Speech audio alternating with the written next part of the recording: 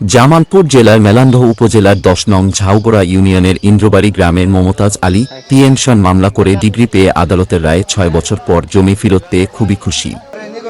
সাংবাদিক, ইউপি সদস্য ও স্থানীয় লোকজনের উপস্থিতিতে বিজ্ঞ আদালতের নির্দেশক্রমে আবু সাইদের নেতৃত্বে আজ ১৭ জুলাই ওই জমির দখল বুঝিয়ে দেওয়া হয়।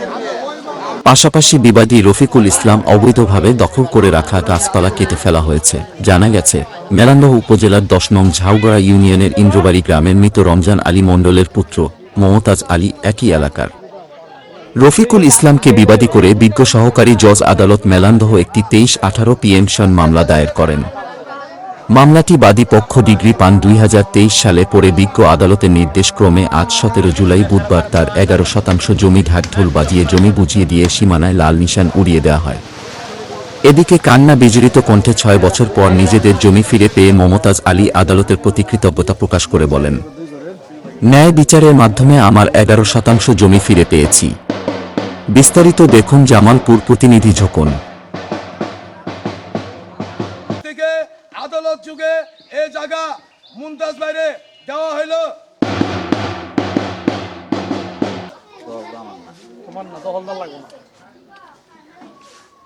আমরা আজকে যে প্রতিবেদনের জন্য এখানে দাঁড়াইছি, আমরা এ বিষয়ে আমরা আদালতে একটা পেনশনি মামলা করছিলাম। সেই মামলায় আমরা রায় পাইছি। রায় পেয়ে আমরা সমস্ত সাংবাদিক এবং কোর্টের লোকজনের উপস্থিতিতে আমরা জমিন মাইপে বুঝ পাইছি। এই সাপেক্ষে আমরা আদালতের প্রতি এবং আদালতের রায়ের প্রতি আমরা সন্তুষ্ট।